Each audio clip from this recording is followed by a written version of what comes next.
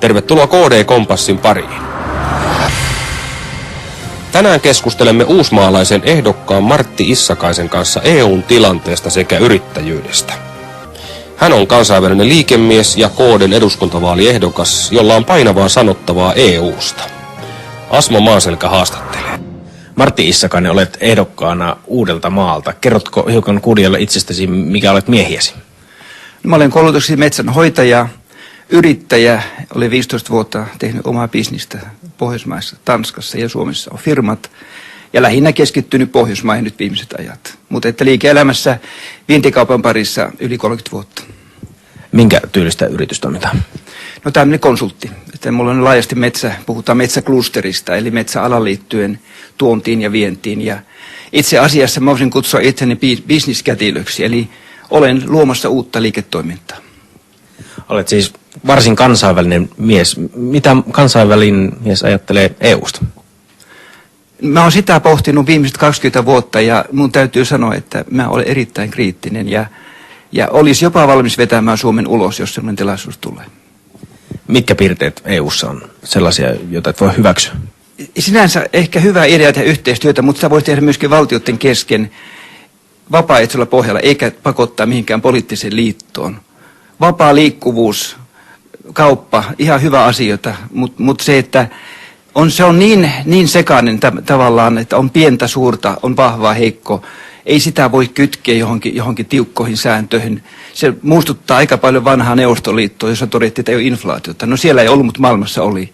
Samoin EU:ssa. Me voidaan päättää mitä vaan, mutta maailma menee omaan menojaan. Hyvä esimerkki Lissabonin traktaatti, jossa EU päätti, että EU on vuonna 2010 maailman kilpailukykyisin alue. Nyt meidän jäljessä on vain Afrikka. Eli se siitä. Mitä mieltä olet Kreikan ja Irlannin saamista tukipaketeista? Annettiin liian nopeasti, liian heppusin eväin ja minusta ei Suomen veronmaksajien rahoja pitäisi missään tapauksessa laittaa Saksan, Ranskan ja Englannin pankkien löysään velanantoon ja sitten kantaa heidän riskiä, koska siihen se raha kuitenkin menee. Samaan aikaan kansaa kiristetään taloutta, jolloin köyhillä menee heikommin ja tavallaan tässä pelastetaan niin kuin rikkaiden sijoituksia, joka on täysin väärin.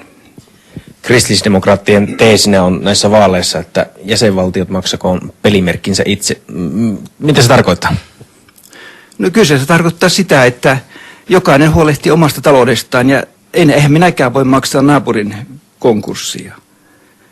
Ei se muutu tilanne siitä, onko se sitten valtio tai yksityinen henkilö. Kyllähän me voidaan auttaa, niin kuin jos on maalla aikana, jos talo paloo, niin tehdään talkootyötä ja autetaan, mutta ei nyt mennä menemään, jokainen panee nimeään jonkin takuvekseliin ja toinen jatkaa vaan niin kuin hurnittelua. Mitä EUn tilalle? No siinä olisi hyvä vaihtoehto pohjoismainen yhteistyö.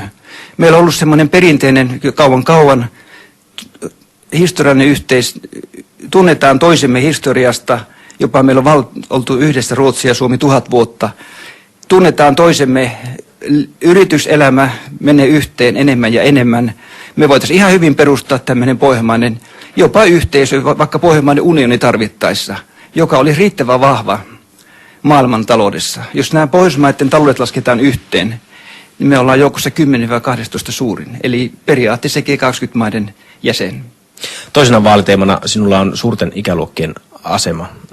Miten sitä voitaisiin kehittää? Se on lähinnä sydäntä siksi, kun minä satun kuulumaan juuri siihen suuren ikäluokkaan ja synnyin evakkomatkalla Vaasassa. Ja totta kai mä pohdiskelin sitä, että kun meitä siirtyy semmoinen, siihen aikaan syntyi yli 100 000, ja nyt on joku 5-60 000. Eli se on aikamoinen lössi, joka siirtyy eläkkeelle. No se on tietenkin hyvä asia siirtyä eläkkeelle, mutta kuka se maksaa? Ja mua huolestuttaa, että kuka meidän eläkkeet maksaa sitten jatkossa. Että voisiko sitä siirtymistä jotenkin tehdä pehmeämmäksi? Ja mä omalla kohdalla tehnyt, että mä jatkan työtä. Ja jolla on virtaa pattereissa ja ei ole niin kuin tähän työn alttarille uhrannut täysin itse, se voi jatkaa ja se on hyvä. Ja sitä pitäisi kaikin tavoin edistää, että olisi se tämmöinen niin sanottu pehmeä lasku. Martti Issakainen, olet siis Karjalasta kotoisin ja ortodoksi. Mikä saa ortodoksin kristillisdemokraattiin? Mä koen, että jos joku kysyisi mun identiteettiä, niin mä olen ortodoksi ja karjalainen. Tietenkin suomalainen, mutta ne on niin kuin vielä syvemmälle menee. Ja karjalaisuuden mä näen siinä niin kuin valttina, että me on Karjala on ollut koko ajan idän ja lännen välissä. On ruotsalaiset ja venäläiset, on molemmin puolin aina höykytetty, niin kuin sanottiin Savossa. Se tekee, että ihmiset joutuu ottamaan, niin kuin, olemaan vähän niin kuin hyvää pataa kaikkien kanssa. Ja mä satun kuulumaan nyt Keravan karjalaisten hallitukseen ja ehkä tyypillistä Karjalasta siinä on, että meillä on kokouksia, ei tahdo saa suunvuoroa, että on 9 jäsentä siinä ja ohjelmaa enemmän kuin ehditään tekemään. Ja tunnuslauseena on musta aika semmoinen tyypillinen karjalainen, että ilo pintaa vaikka sydän märkänis.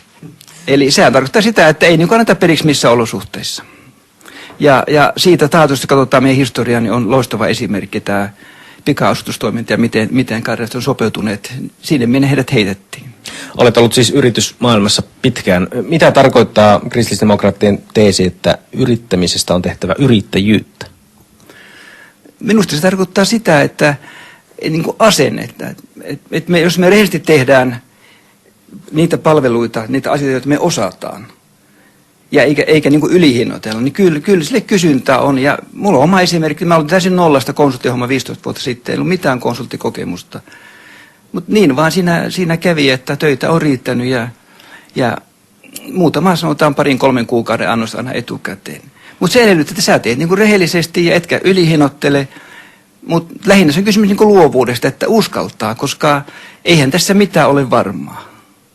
Ja täytyy sanoa, että minäkin ihmettelen, että itse yleensä yrittäjä. Se oli kyllä haave, mutta yleensä se on niin, että tulee potku tuolta takapuoleen tai joku muu sysäys, jolla on pakko lähteä yrittäjäksi. Sitten huomaa, että tämä onkin hauskaa. Eli seinääajostakin voi selvitä aina yrittäjänä eteenpäin. Martti Issakainen, olet ehdokkaana Uudeltamaalta kristillisdemokraattien listoilla. Jos sinut valitaan, niin mitä lupaat näin ennen vaaleja ja vaalien jälkeen? Mä lupaan tehdä rehellisesti työtä ja käyttää sitä kokemusta, mitä minulla on. Äänestyksessä äänestää oman tunnon mukaan, minkä mä koen, mikä on oikein. Eli edistää oikeutta ja hyvinvointia tässä yhteiskunnassa. Että kaikilla olisi hyvä olla. Ja kyllä mulla nämä köyhät, joita yli 600 000 työttömät ja vanhukset, niin on aika lähellä sydäntä.